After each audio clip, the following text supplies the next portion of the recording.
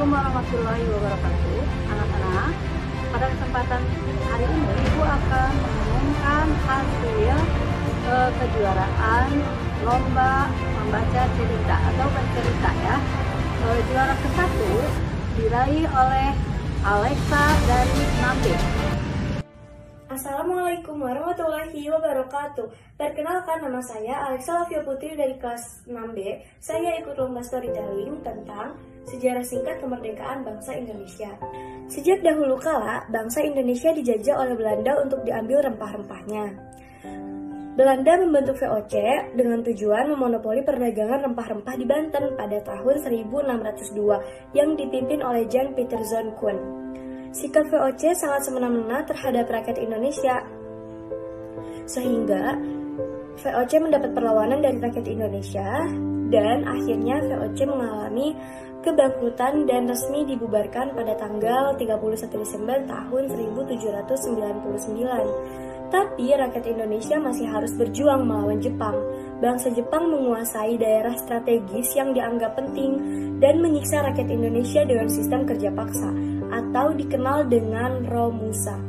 Rakyat Indonesia tidak pernah menyerah terhadap Jepang, hingga akhirnya Jepang menyerah pada sekutu pada tanggal 15 Agustus tahun 1945. Setelah mendengar kekalahan Jepang, golongan muda mendesak agar golongan tua segera melakukan proklamasi kemerdekaan. Dan terjadilah peristiwa Rengas Dengklok, yakni penculikan Soekarno dan Hatta oleh golongan muda untuk mempercepat pelaksanaan proklamasi. Setelah kembali ke Jakarta, Soekarno dan Hatta mulai menyusun teks proklamasi di rumah Laksamada Maeda dibantu oleh Ahmad Sudarjo. Teks proklamasi diketik oleh Sayuti Melik dan bendera Indonesia dijahit oleh Ibu Fatmawati. Akhirnya bangsa Indonesia bisa merdeka pada tanggal 17 Agustus tahun 1945 dengan dibacakannya teks proklamasi oleh Bapak Soekarno. Untuk juara kedua diraih oleh Najwa Alia Ansori dari kelas 6A.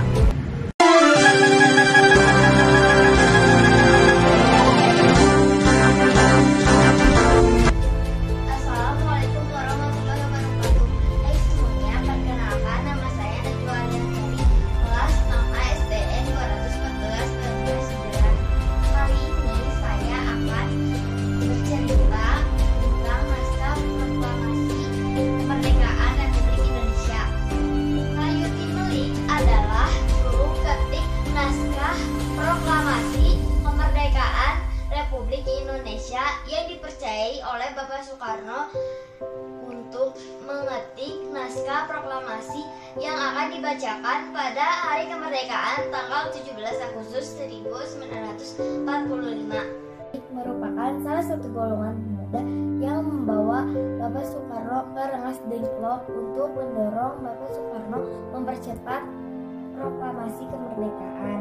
Dari situ, Bapak Soekarno beserta beberapa golongan pemuda mempersiapkan segala sesuatu yang dibutuhkan untuk proklamasi kemerdekaan. Sayuti Melik mengetik naskah proklamasi kemerdekaan menggunakan mesin ketik yang dipinjamkan dari perwira Angkatan Laut Jerman.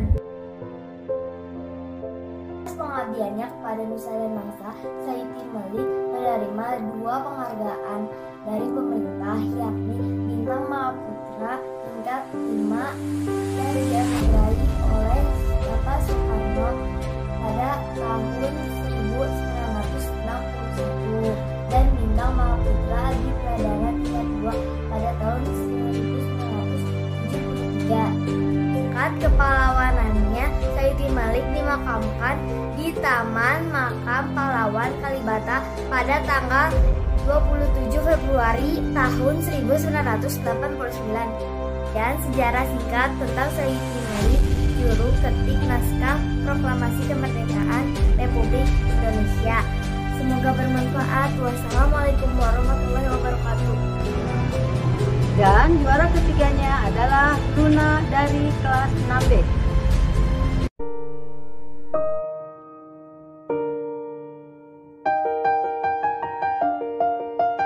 Assalamualaikum warahmatullahi wabarakatuh.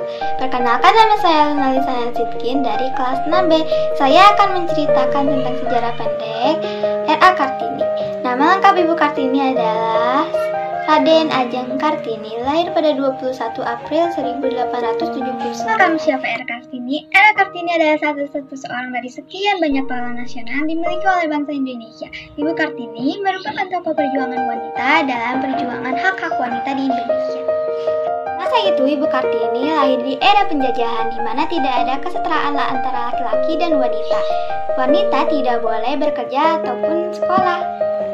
Pemikirannya itu ia tuliskan beberapa surat yang dikirimkan ke teman-teman di Belandanya. Usianya 12 tahun, Ibu Kartini belajar di ELS, di mana dia belajar bahasa Belanda. Ibu Kartini juga memiliki kakak, yaitu bernama Soekarno, yang merupakan pandai dalam bidang bahasa. Itu sejarah R.A. Kartini. Kartini dijodohkan oleh orang tuanya dengan Jojoles. Sebelum mengirim perjodohan itu, Ibu Kartini meminta persyaratan, yaitu ia ingin membuat sekolah untuk para wanita. Agar ia bisa mengajarkan para wanita pribumi di Indonesia supaya bisa mengejar cita-citanya jadi apa yang mereka wujudkan. Dan ceritanya, wassalamualaikum warahmatullahi wabarakatuh.